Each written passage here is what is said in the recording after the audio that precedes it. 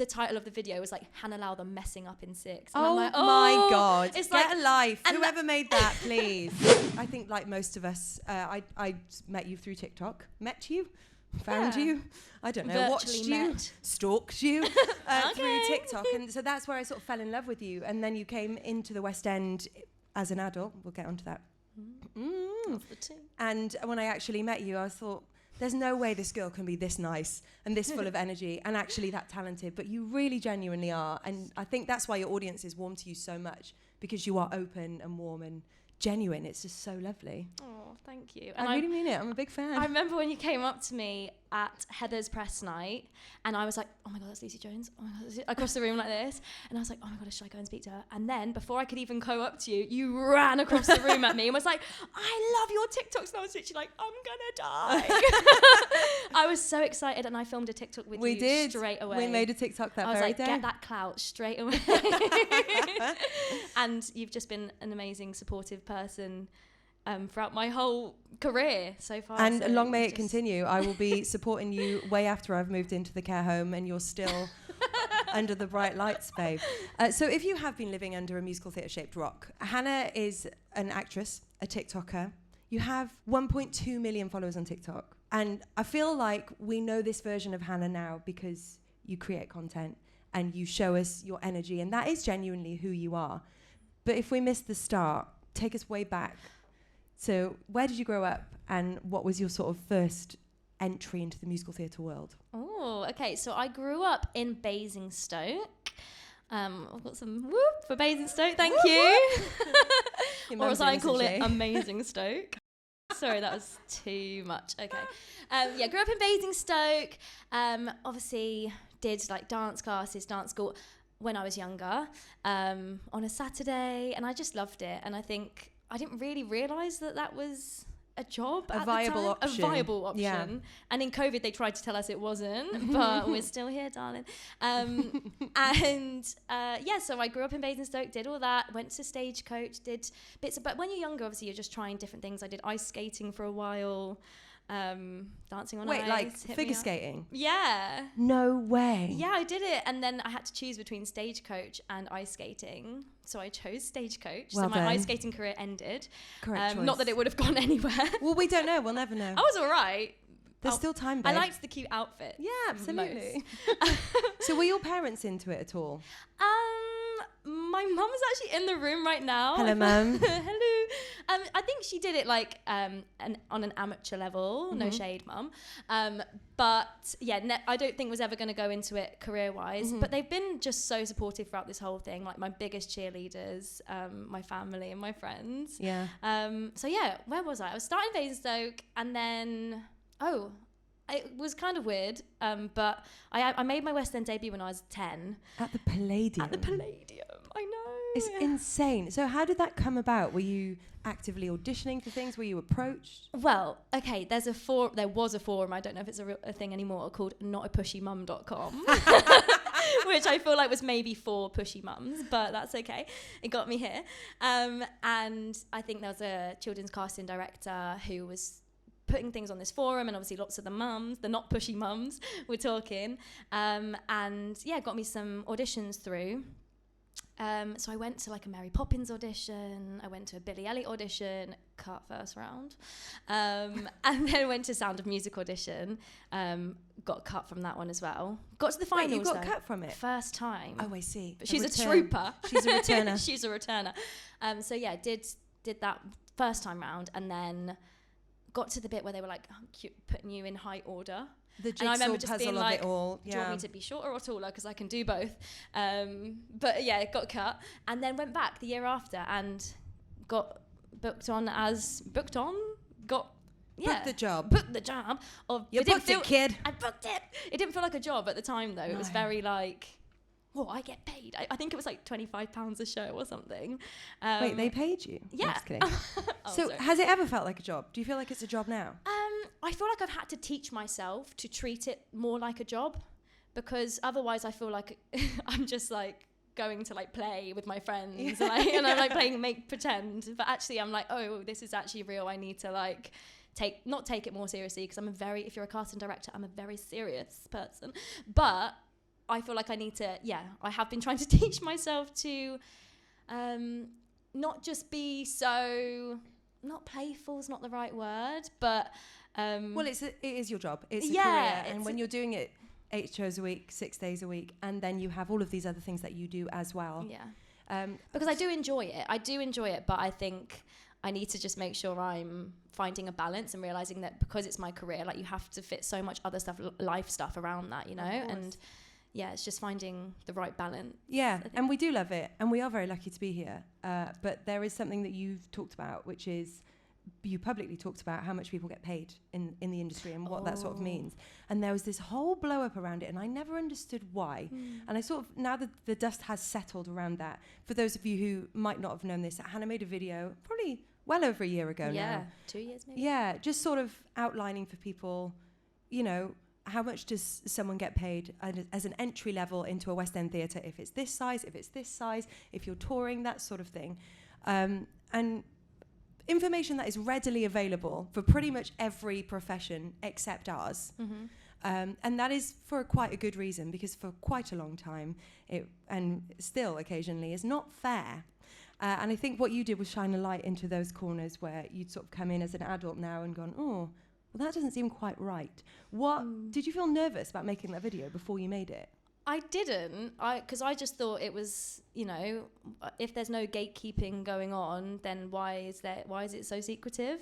And I thought it was just informative at the time. Like when I first started in Heathers, I didn't know that you'd get an extra payment if you were a swing, like if you ended up changing your track. And I didn't know I got paid extra to go on for a lead one night. Like I didn't know that was a thing. And like I was dance captain and I got an extra payment for that week. I mean, it's not like loads, but extra payment for that weekly. So it's something that I feel like people should know these things, because it just helps you be more prepared for working in the industry. So I wasn't scared, but I did get a little bit of, not backlash, but a little bit of people from the industry kind of telling me to maybe don't do that, like that's risky. And I just thought, why is that risky? Like just being open and honest about like pay is, I just find it weird. I'm like, that's, yeah. And so I did that for the Heathers job, and then when I did SpongeBob, I broke it down with actual figures, and obviously it's given like a little bit clickbait where I'm like, how much do I get paid? And I didn't say exactly, but I went based on equity minimum rates, which are, I think, available if you're an equity member to see online, just as equity minimum. And I think if I'd have, you know, based on that, doing the role I was doing, I think it came out at like £22,000 a year for a UK tour, which is like seen as a really, it's so weird in this industry, because when it's one of these jobs that people would look at as being like the peak, not the peak, but like one of these jobs that like at drama school I would only have dreamed of doing, and I'm like, that is like, if I've done that, like I've made it. And it's crazy that those made it jobs are actually like well below wage wise what people in the UK would normally get as a standard. And they can be. And I think it's really important that you talked about that. I remember reposting it because I thought, I've been teaching through lockdown and a lot of people that I taught would sort of say, is there anything that I should know about coming into the industry that maybe I don't know? And I'd always be like, well, you're not going to earn anything. Like, it's going to take a long time to earn any money. And if you do, then you have to take into consideration, if you don't live in London, it's very expensive to live here. And you need to keep yourself, you know, ticking over with your housing, as well as then going out and meeting people and all the other things that sort of come with it. And people, they don't know what to expect. So I thought it was really, really great that you did that. And I just wanted to call out the naysayers at this moment, because I feel like there's a category of people who, they call it playing the game, right? They'll say, oh, that person's really good at playing the game. And there's, to a certain extent, I think that's a good thing. And we all have to play the game, and we have to, you know, appease, and we can't all stand up and say that's wrong every time we think something is wrong, because that's not how human life works. But there's something in this industry that we get sort of told, no, you just shut up, just shut the fuck up, you know, just keep that down. And I'm really glad that we are now sort of saying, hang on, no, I'm just going to give this bit of information that's really completely relevant to all these people that want to come into the industry. And the people that may have said to you, you shouldn't do that, babe, you don't have to tell me who those people were, but were they? Expose them. Tell me their names. I'll get them. But were they actors? Are they principal actors? Are they ensemble members? Are they much older than us? Who are they? They're people in... I don't know. I felt like at the time it was people who were in shows that maybe felt that I didn't have enough experience to be like talking about these things when I hadn't done that much work yet, if you know what I mean. I see. Which I guess adds to the whole, not gatekeepiness, but like the whole like, oh, well, I've got more experience than you, so I know better. When actually like the industry is constantly evolving and changing, and like we have to just move with the times and like learn to like accept that new people are going to come into the industry and are going to have something to say. And they're going to come in different ways. Yeah, and I find that with social media as well. Like I think maybe some of it's in my head, where I get a bit in my head and I'm like, oh my God, everyone in the industry thinks I'm like annoying and I'm just like that TikToking girl. I do sometimes feel that energy from people, that it's, I don't know, kind of looked down upon as, and I spoke about it a little bit at the What's on Stage Awards actually, about how different ways into the industry are so fine, and like I think a lot of the time if you're not going through a traditional route, or you're not working your way up to play a lead, or you're not doing XYZ, then you don't belong in the industry. And I think that's something I've been learning a lot recently. And it's a hard lesson to learn, because you come in and you think, I'm just going to give this my all, and you're a nice person. You work so hard. This woman does 8 shows a week, creates content every day, edits it, turns up to events, hosts the red carpet, edits the footage herself, goes to events first thing in the morning to keep relationships up with brands that she wants to work with. She's doing the legwork. And then she's sat backstage here waiting to do a podcast for me, and she's picking up chairs and helping people. You're just a really nice person. And so why would you ever expect anything else? I think similarly, my way into the industry was through reality TV. And way back when I was a kid, in 2009 was when I did the show. That was sort of like, oh God, here she comes, the X Factor girl. And so I really had to fight that stigma. And I did find that the people who sort of my age and maybe a generation above me understood that, and they went, yeah, okay, who cares why she's here? She can do the job, and she's going to sell some tickets. And then there was this other group of people who didn't necessarily understand that. And I just wondered if you've come up against that in sort of a specific way. I think I have. I wouldn't be able to like pinpoint like what generation they're from, or I think it comes from all over, really. I guess maybe it's the people who don't understand social media too much. I think a lot of people think it's a lot, and I'm not trying to be like, it's the hardest job in the world, I'm so sad. But, you know, a lot of people think it's really easy just to like pick up your phone and like film videos. And, you know, there are times when it is easy, and, you know, you can just do a quick video here and there, but it takes a lot of creativity and a lot of putting yourself out there, and just having to just like let it go, and just know that like there's this level of yourself out there online that it's like, I don't know, bearing all in a way, like online, and like sharing so much of my personality, which is amazing in so many ways. Like I've met so many incredible people that, you know, feel like they've connected to me through that. But again, it's like if I'm going into an audition room, they already have a preconceived idea of who I am and what I can bring to the table because of what they've seen on social media. So it's scary at times, because it's making sure that like everything I post and everything I'm in is like a good representation of me when it comes to like booking future jobs, and all sorts of things like that.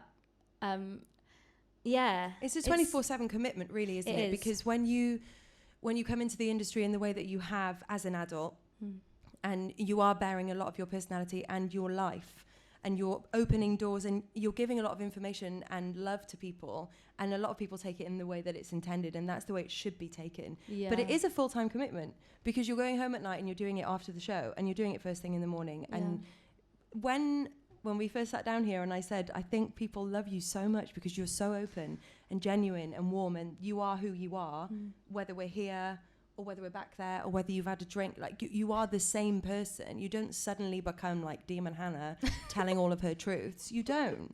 And so many people do. And you really, really don't. And when you have days where the sparkle isn't quite so sparkly, how do you keep up with that? Because you must have like quotas for yourself to hit. I need to do this content this morning, and I have to film that thing this afternoon. And I find it overwhelming, and I don't do it. I relate it to when I did Panto a couple of years ago in Wimbledon, and Panto is intense, obviously, like 12 show weeks, 2 shows every single day. Like, there wasn't a single one show day. I was like, what is this? What is going on? But obviously we got through it. But like, when you're doing that, like, obviously every single time it comes to doing a show, you're not going to be like feeling like a princess, feeling like happy, chirpy Snow White. And I sometimes feel like, as much as obviously Hannah Lowther, the brand, the character online, is me, it is an extended version of me. And I don't often post when I'm down in the dumps or I'm feeling sad. I do sometimes, because I do think it's important to just show people like reality. There's definitely videos of me crying on the internet somewhere, probably when I left 6 2 days ago. Happy tears, though. Happy tears, overwhelmed tears. It is sometimes hard waking up in the morning and like knowing you have to like it sounds silly because it is me, but like be in performance mode in a way. Oh, we all get that, don't we? Whatever you do for a living, there's times of the day, or there are days where it doesn't matter what you do. You might go, oh, I just don't want to do it today. Yeah. And just because we do something that is really fun, for the most part, and it looks it anyway, we still do get that. But anyway, I've gone so far off topic. Let's go back. Sorry. So you were in The Sound of Music at age 10. Which child were you? Brigitte. Which one's that? The one that's a bit of a know-it-all. What does she say when she steps out of the line? Oh no, I can't remember. Because some of them are like... She's the one who's like, you said 3 words in one note. She's the one that's like me. Oh, I feel like she shaped me as a person, because I'm like, no, you said. Absolutely not. No. So you did that at 10. Was that a year? That was I think it was 9 months. Okay. But I did. It was very exciting, because it was like the cast change when Connie Fisher left the cast and Summer Strallen came in as Maria, and it was like this whole. It was so dramatic. It was like this whole thing on Hollyoaks, where Summer Strallen was like in Hollyoaks, and her character in Hollyoaks booked a West End job as Maria. God. And then she was actually Maria in The Sound of Music. I'm obsessed with that. There was so much press, and I was like, yes, I love it. Babe, there's still a chance for me to be in Corrie then. Yes, there so is. Come on. Like, they could write that into the storyline so easy. I love that. Get on the phone. Get on the phone to them. I will. I actually will. Someone do that right now. Okay. Where's my agent? So you did 9 months in the show. Yes. And because you live so close to London, I'm assuming you stayed at home. Yeah, stayed at home. It was like, it was really cool actually. My favourite thing that I remember, which is kind of weird, was like going out for dinner in between shows. I don't know, I just thought that was really cool. Like, no parents, we obviously had chaperones, but like there's a group of kids like, in between shows on a Saturday. We're like, where should we go today, guys? Like, that was just cool. At 10 years old, I was literally like, Wagamamas maybe? I don't know. Just all you want as a child is to be an adult. Yes. And that's like a taste of it. Yeah, and we were like having a work day. That's and then so like fun. going for a company meal or something. It was weird. I have this like really clear vision in my head of like the Billy houses where all the Billy Elliots live, because they trained and they lived together. I was so jealous of that. I know. Well, I was just going to ask, like, did you feel like sad that you didn't have that? Do you remember? No, not really, because I'm such a homebody, so I like love being at home. But I do remember like I auditioned for Billy, and I thought the idea of like going and being in a Billy house and like being with all the girls, I think that would have been so fun. Genuinely why I wanted to do the X Factor, because I wanted to go and live in the house with everyone. Oh my God. How was that? Mate, mayhem. Absolute mayhem. Conversation for another time, actually. Okay, sorry. So you did The Sound of Music. Yes. And then I did Oliver. And that was, this was also exciting because it was when they were doing the TV show. And it was Jodie, and they found all the Olivers, and Mr. Bean played Fagin. Mr. Bean. Rowan Atkinson. Real Real name. His real name. Mr. Bean is not a real person. I do that with Keith Lemon all the time. Yeah. So yeah, that was really exciting. There was obviously loads of kids in that. Did that for, I think, maybe 9 months again. And then did school like a normal Had a normal life. Had a bit of a normal life. What was that like then? Going back, because like as a kid, you're like in the West End and like doing the whole thing, going out for lunch between shows. And then tomorrow morning, you've got maths. Yeah, like, it was weird. Did your classmates get it? Did they know? What was the deal? They did. It was weird because they gave me like, I didn't miss too much school, because obviously like it was only on a matinee day, like during the week, where I actually had to miss school. And then in the evenings, I would maybe just leave a bit early. But also, if the school day finishes at 3 and the show's not till 7:30, like normally I'd only have to leave school, I don't know, half an hour early, maybe an hour early. It was a lot of work for my family, like trekking me across London. Thanks, Mum. Thanks, Mum. But yeah, it didn't really last long, because when I then went to secondary school, like the crossover between year 6 and year 7, I was doing the UK tour of Chitty Chitty Bang Bang. And so I got added to the cast late, and there was already like 3 groups of kids, Jeremy and Jemima's, and they needed an extra pair. So they put us in late. We had like a 1-week rehearsal. It was crazy. And then I did that, but that was like transition period to year 7 at school. And I was never there, because I was like, I'm just playing a 9-year-old in a musical. It was actually a bit embarrassing at the time. Obviously it was an amazing experience, but I had to like, you know, when you're in year 7 already, and you've got like this huge backpack, and it's like, it's just nothing's cool. No. And I had to go to, it's embarrassing. I had to go to like all my teachers and be like, hello, sorry, I'm actually cringing at myself. Like, hello, do you have any work for me for the next week? Because I'm like going to Norwich for the week. I'm like, do you have any work for me to do for the next week? And they were like, I've got photocopy pages of their textbooks and stuff. And I was just a bit like, I was just that annoying kid that had to get like work to take with me to do actually a really cool thing. But at the time, I just didn't really talk about it. Oh, Hannah. And then all my school friends from my primary school like made a new group of friends. And so like I'd go back after like a week and be like, hey guys, like who? And like I was having to be introduced to this whole new friend group. And I was literally like, yeah, it's just here. Like, it's but wild. I liked school. I think I found my way. I was into every single club. Like, that's so unsurprising to me. Every single club I could do, I just wanted to not be outside in the cold at lunchtime, to be honest. So like I was like, pottery, sure, actually pottery, what? That was not a thing. That's the first thing that came to my mind. I don't know, textiles. Amazing Stoke schools sound great. Yeah, art, anything. I didn't care about every sports team as well, but I was like always on the bench, and it's been a bit of a running joke that like I kind of still am on the bench a little bit. But do you know what? There's being a cheerleader is very important. Absolutely. And I think I'm a very good cheerleader. You are. You really are. You're a cheerleader for me. Yeah, and you are for me. I love it. The pom-poms are flying, baby. So when you're like that age and you're going and you're doing these tours and stuff, and I just recently watched the Molly May docuseries that she's made, and there's like footage of her as a child going, hi, welcome to Molly May TV, with a video camera sort of thing. Does that exist for you? Have you got that? I do, probably somewhere. We need to see that.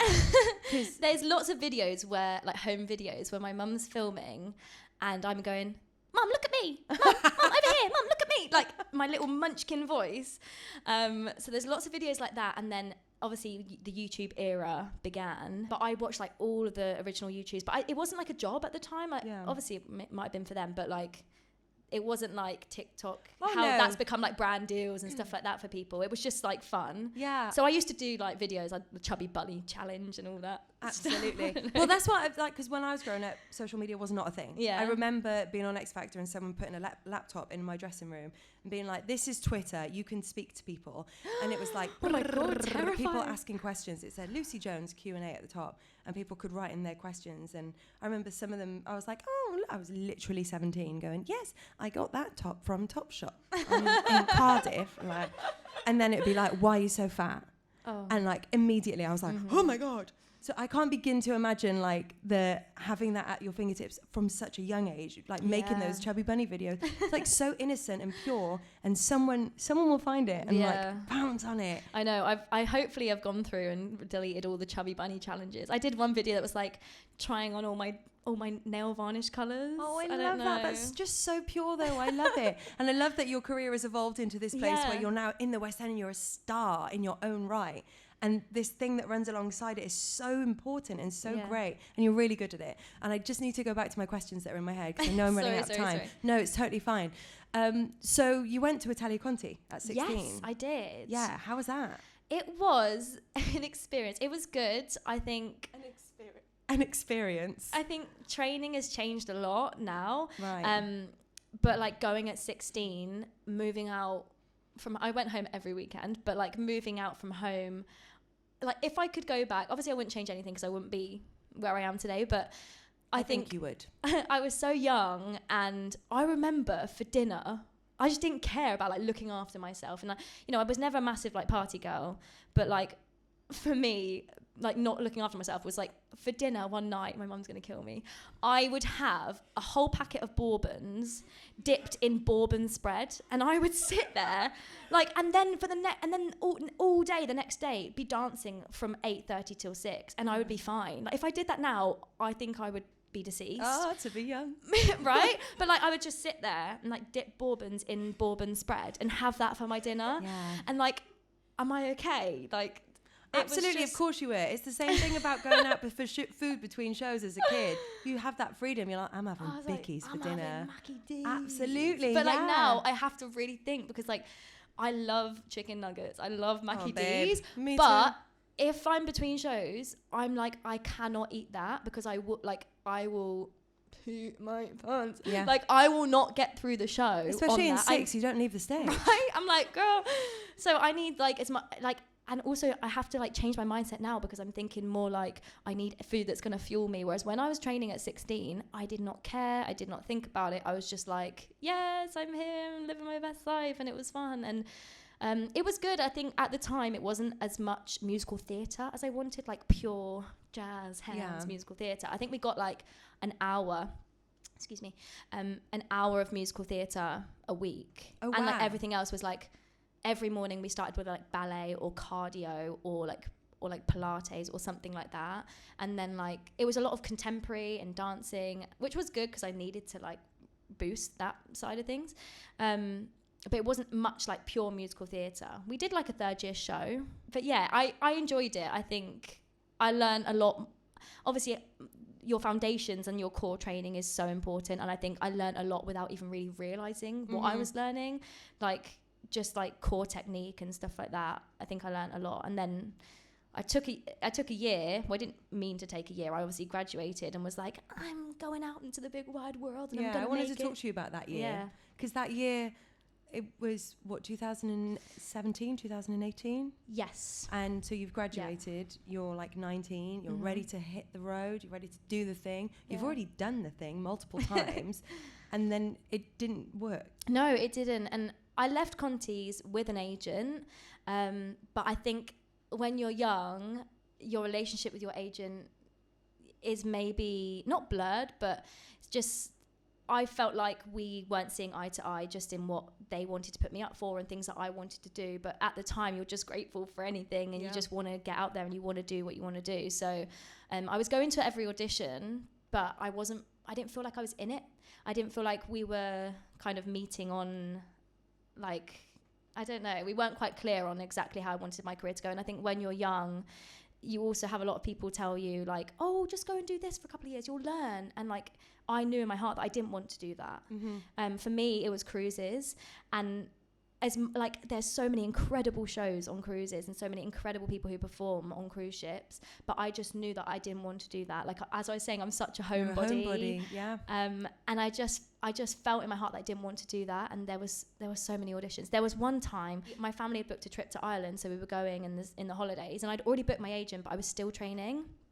And I didn't have any auditions through because I was like, well, I'm still in training. I'm not going to be auditioning yet. And so we were about to go to Ireland, and I got a call from my agent at the time, and he was like, oh, we have an audition for you for Royal Caribbean, Greece. And I was like, oh my God, Greece. Like, I would love to do Greece. And I was like, oh, I can't though, because it's in the half term where I'm going to Ireland. I'm so sorry. And he was like, kind of giving a bit of gaslight. It was like, oh, but they're really desperate to see you. And I was like, wait, they want to see me? And I was thinking, why do they, like, obviously it then gets in your head and you're like, well, if they specifically want to see me, then okay, I must go. So we like, all my family went to Ireland. I stayed behind, and I was thinking, right, like, this is my moment. I went into that audition room, came out 15 seconds later. I swear, like, I sang, that's an exaggeration, drama queen, maybe 2 minutes I was in that audition room, cut. Got the next flight to Ireland the next day. And I was like, things like that, where I'm like changing my life at the time to fit around an audition you don't want to do. An audition I don't even really want to do. Like, I've learned a lot since then. But yeah, it was a bit of a tough year. And then I just was working part-time. You know what it's like, working left, right and centre, doing anything you can. What did you do? I was doing teaching. And this is after my next bit of training as well, like doing teaching, waitressing at a wedding venue. Also, talking about being a drama queen, I why are weddings so emotional? Like every single random person's wedding, I do not know them whatsoever. I'm sitting in the corner like crying, like it's so embarrassing. I'm just an emotional person. No, I love it though. I love it. Your like when they were doing their speeches, like I'm sitting there serving the wine, like pouring my eyes into their laps as well. It's awful. But yeah, just like a bit of everything really. Children's parties. Oh, I did that too. Yeah. High School Musical themed. Yes. I was Gabriella. Oh, I love. Obviously. Don't look anything like her. So then you went to LSMT and you did an extra year. Did an extra year of training, had the best year ever. I feel like it was like putting all the puzzle pieces together and really just like honing in on like what was right for me and like where I fitted in the industry. Trying obviously not pigeonholing myself, but like, yeah, just finding out like what I was good at and what like made me feel good and what things that I saw myself doing in the future. And it was amazing year. And then graduated in 2019, did a panto that Christmas, and then coronavirus. So yeah, and I actually just before COVID happened, I'd got like, it was like my biggest audition I'd ever got through, and it was for Mamma Mia in the West End, I think. Yeah, it was. And obviously I was like, this was like my first like big West End audition, and I got loads of singing lessons, like preparing for this audition, and then COVID happened, and it never happened. So I think like at the time I was really in it, and then gradually obviously as COVID went through, you just feel more and more removed from the industry that I hadn't even made a dent in really. But then you turned it around so dramatically on its head in the pandemic. Yeah. You getting that job in Tesco and accidentally singing songs about, you know, kitchen roll and turning them into videos. And I can't imagine you went in there thinking, right, if I go and work in Tesco, this is what will happen next. No, it was my master plan all along. Can you imagine if it actually was? I'd be like, babe, write the rest of my life for me, please. You can't have though. Surely you just were like, I need a job. Yeah. Yeah, I just needed a job, and I needed just something to like fill my time as well, because obviously we're all trapped at home, and I didn't even have TikTok. I didn't even really use social media at all at the time. Like I posted on my birthday maybe occasionally, or like at Christmas, but I didn't post hardly at all. I was quite private actually, until TikTok became a thing. Actually, my sister did musical theatre as well, and she used to be really big on Musical.ly. Do you remember when it was Musical.ly, where you do all the like sped up videos like, the lip syncing, which is still kind of a thing on TikTok. It's a bit niche, but it is a thing. So like she Musical.ly then turned to TikTok, and you know, she was like, you should get it. And all the kids I used to teach before COVID, they were like, can we do TikTok dances in our tap classes? I was like, all right. Sure. So I downloaded TikTok just to watch. And then I always say this, but I felt like, I don't know, I felt like grief that like the theatre and like all my, you know, when you're just around like stagey friends and you get that like energy. And the vibe. Yeah, and it fills your cup. I felt like my cup was gradually being drained, and like obviously my colleagues were amazing, but they weren't quite on the stagey vibes. So I just made a TikTok video and thought, well, I think I'm funny, so maybe someone else will think it. And then here we are, really, because you absolutely wear that as a badge of honour, and so you should.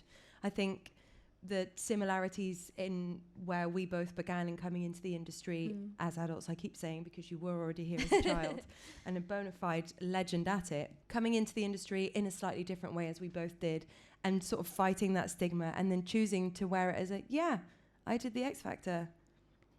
Thank you. What have I done since? Let's talk about. I still will have people say to me, oh, I voted for you on the X Factor. What do you do now? I'm like, I work in the theatre. And they're like, oh, good for you. I'm like, thank you. Like, what? Do you think that we all just like cease to exist after like the X Factor finishes or TikTok goes down or whatever? Don't say that. No, don't jinx it. Not again. Career not again. over. Absolutely not. Wouldn't be. And that's the thing. It wouldn't be. Hopefully not. It's just part of your journey now. Yeah. Then you're an adult. You play all the Heathers in Heathers. You play basically every character in Heathers. Did you ever play any of the male tracks? I played most of the male ensemble tracks, like we had a different cut show every single night. So, and because I was dance captain and a bit of a control freak, heard it here first. I just normally found it easier when I was cutting the show and deciding like who was going to do what scene changes and who was going to say what lines. I was like, right, I'll just do that. Not because I wanted more lines, but just because I thought it would be easier if I just let everyone stick to their normal tracks and I just take on all the different things. My back says otherwise because those heavy pieces of scenery, I was like, I can do it by myself. And then I'm like, no, I can't anymore. Pretty much done all the ensemble tracks, I think in the show. And you are the first person to ever play all 3 Heathers. I was. Not That's anymore, because cool. there's no, you'll always be the several first, people. babe. I was the first. You will always be the first. Putting on my grave. So you went on the road and you did SpongeBob. Yes. And then you got 6. And you just literally 2 days ago completed 18 months in 6, where you've played not 1, not 2, but 3 of the queens. Yeah. What's it like swinging in a show like 6, where you are on stage the whole time, knowing those multiple tracks? They must be so similar for most of the show. Did you ever do anything like really wrong? It was my very first Catherine Howard show. I needed to take a week off social media after this because I can't deal with it. And it was literally just the Mega 6. It wasn't even that deep, but it was just in the Mega 6. I'd just done my PAR debut 2 days before, because we're so much more than divorced. Wrong key. Bareheaded, died, divorced, beheaded. I went to the left and I was meant to go to the right because PAR goes to the left, but she's obviously survived. Anyway, went the wrong way. And then realised I'd gone the wrong way. The PAR had almost walked into my back. So then I was moved to the left, but then the PAR went to the left. Oh, it was just horrible. And it was on the internet. And then straight away, the title of the video was Hannah Lowther messing up in 6. And I'm my God. It's Get a life. Whoever made that, please. And now I get outed all the time because in my search bar of all my videos just says Hannah Lowther messing up because that's what people are looking for, which is crazy. The search bar comes up with whatever like most people are like looking typing in, and Yeah, like the like most top hit. searched thing, top hit, is Hannah Lowther messing up in 6, which is crazy, and it makes me scared because I'm like, people are out to see me fail. Oh my God, but I'm babe. gonna keep proving them wrong. Haters Can gonna I get hate. a whoop whoop? Yeah, whoop whoop. Come Thank on, absolutely, and so you should. It's such a funny thing, isn't it? Oh God, I mean, if everything that I'd ever done had been filmed, particularly a first day of doing something. Oh, not the first show. Come on. It was our first BSL signed performance within our cast. So we had a signer on stage as well, which is obviously completely new experience for everyone. But when it's your first show in a track and the spacing was slightly different. Obviously it was incredible to have that there, but the spacing was slightly different. We do I remembered to do a arm for the signer, yeah. But then just forgot what I was doing as well. So that it went well. But hey, it's happened. Look, we survived. And as we're recording this, the new cast are about to do their What's first the time? show. Does that feel really weird for you? Not so much, because I'm an alternate. On our first night, I wasn't on stage anyway. I came to see you. Yeah. So yeah, it doesn't feel like that was my role. Do you know what I mean? It's never anyone's role. It's just you're filling that role at that time. And I think especially as an alternate, you have to be able to just never take too much ownership of these parts, because at the end of the day, I think the other day there was 12, maybe I'm making that up, maybe 7. No, I saw this. Did you it see? was They 12 put it on productions Instagram. of 6 in the same day around all the happening world. on the same day. There's 12 Catherine Howards right now in a professional production of 6 today. It's not that deep. That's not my part, I think every person that steps into it is going to put their own flair on it and do as much content as they can. I want to see it. I want to feel connected to the show. Yeah, still. and I'm sure you will be for a very long time. Before you go, please can you tell us what the most surreal moment of your career has been? Lucie Jones running up to me at the other palace. Heather's press night, surreal. I feel like it can't really pinpoint one. I think every day I feel just so confused, not confused, but just so lucky to be experiencing this life. So I just think every day is pinch me moment, what is my life? So I can't pinpoint, but every day. But how amazing is that you can't pinpoint one? I'm so grateful for you coming on. I'm sure this audience will agree, getting to know you in this sort of setting, as I've been privileged to do a couple of times now. You're warm, you're open, you're giving, you're smart as hell, you're emotionally intelligent, and the sky is the freaking limit for you. And I can't wait to be your fan forever. Lucie Jones. No. Ladies and gentlemen, Hannah Lowther. Thank you. Lucie Jones doing a podcast and it's just begun. Lucie Jones needed a theme tune, so I wrote a one. And it goes like this, off script. With Lucie Jones.